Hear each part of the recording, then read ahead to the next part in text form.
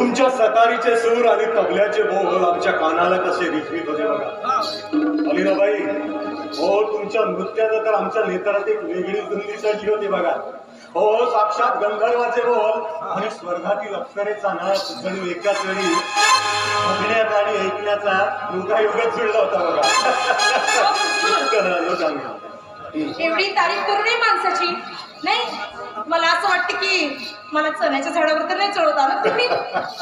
अगं अलीना, हो आमच्या सच्च्या दिलातून निघालेला तारीफाचा नजराणा आहे हा. हो गुरुजी, हो चक्क सारस्वताच्या दरबारात नेऊन ठेवलात तुम्ही आम्हाला. आता तुमची तारीफ करायला आमच्याकडे शब्दही येऊ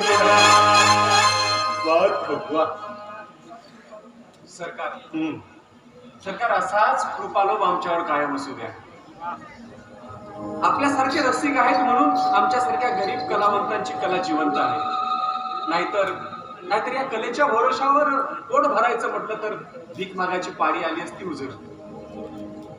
हुजूरांनी आमच्या कलेची कदर केली. गावात राहण्यासाठी आम्हाला जागा दिली. आपल्या शेतात आपण आम्हाला काम दिलं.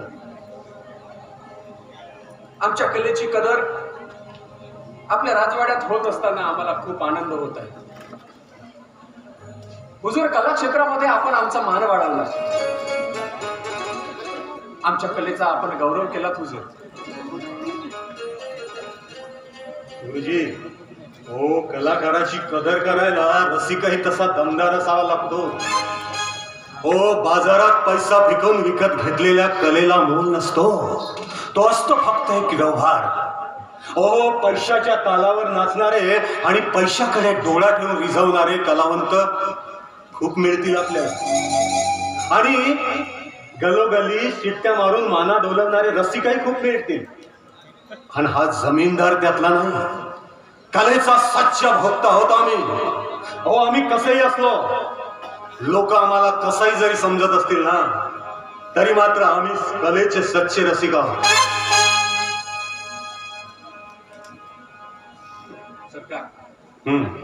सरकार, आमच्यासाठी आपण देव आहात.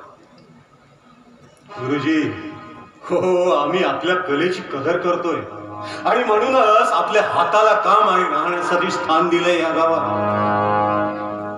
पण असंही जरी असलं ना, तरी पण हा जगमोहन दास पांडे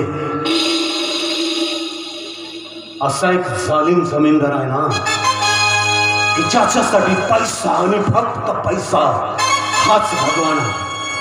अरे आज तुम्ही माझ्या उपकाराच्या ओझ्याखाली दबला म्हणून माझी स्तुती करीतात. पण एक दिवस मला शिव्या घाला आणि हा जमीनदार त्याची पर्वा करीत नाही. अरे बाई बाटली आणि जुगार हा जरी आमचा छंद असला ना, तरी जमीन जुमला आणि संपत्ती हेच आमचे अंतिम ध्येय. या अख्ख्या इलाक्यात आमची जुलमी राजिस्टर आणि राजवट सुरू आहे. ब्रिटिश अधिकाऱ्याची साथ आहे आम्हाला. महाराणी व्हिक्टोरियाचा हात आहे आमच्यावर. अरे हे अख्ख्या इलाक्यात कोणाची हिंमत होत नाही आमच्या समोर मान उचलून बोलण्याची. पण असं असलं तरी आम्ही फक्त तुमच्या कलेचे रसिक आहोत. आणि म्हणून दर आठवड्याला आम्ही या वाड्यावर तुमची मैफिल रंगवत असतो. आणि आता लवकरच ब्रिटिश अधिकाऱ्यासमोर आम्ही तुमची मैफिल रंगवणार आहोत. तोपर्यंत हे घ्या.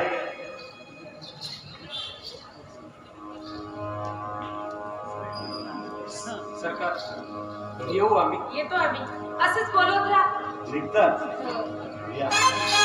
तुमच्या अंगाचं चांगलं असंच आमच्या वाड्यावर येत राहू द्या.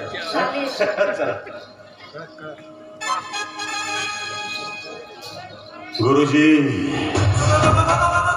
एक महत्वाचं सांगायचं राहिलं बघा तुम्हाला. गुरुजी, तुमचा तो शिष्य, तो बिरसा मुंडा, समज द्या त्याला. ब्रिटिश अधिकारी नाराज आहेत त्याच्यावर. काल आम्ही रांचीला जाऊन आलो होतो. ब्रिटिश अधिकाऱ्याची भेट झाली. त्यांनी आम्हाला सक्त ताकीद दिली आहे की तुमचा तो बिरसा या बंद गावामध्ये बंड करून उठलाय म्हणून. इथल्या लोकांना ब्रिटिश सरकार विरुद्ध भडकवतोय म्हणे. त्यांनी जर त्याची ही मुजोरी बंद केली नाही ना तर नाईलाजाने त्याला अटक करावी लागेल. आणि एकदा का इंग्रज अधिकारी त्याच्या मागावर लागले तर मी सुद्धा त्याला सोडणार नाही. म्हणून लक्षात असू द्या. समजले त्याला. जा. पण मी काय नाही. मी सांगितलं तेवढं काम करायचं. म्हणावा पानी में रहकर मगरमच्छ से दुश्मनी करना अच्छी बात नहीं. अच्छी बात नहीं. बहुत तो महंगी पड़ेगी दुश्मनी. म्हणून लक्षात असू द्या. समजावून सांगा त्याला. नाहीतर गाठ माझ्याशी आहे. निघा.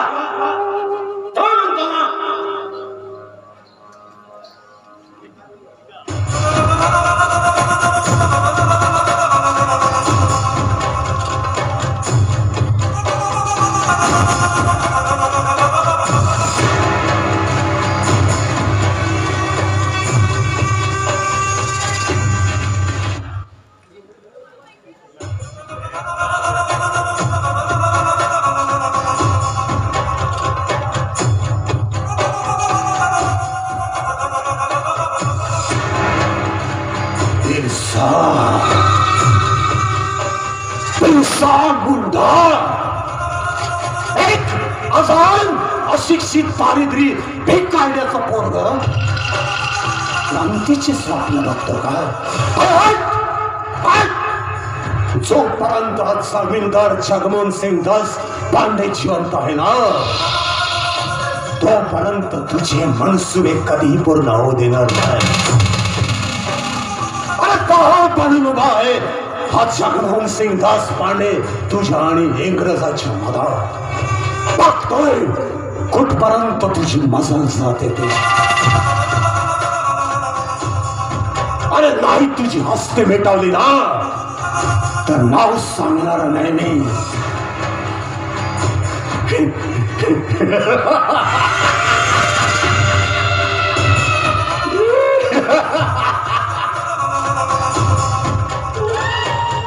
कारण महाराणी व्हिक्टोरियाचा सेवक आहे मी खास. आणि नाव आहे माझं जगमोहन सिंग दास.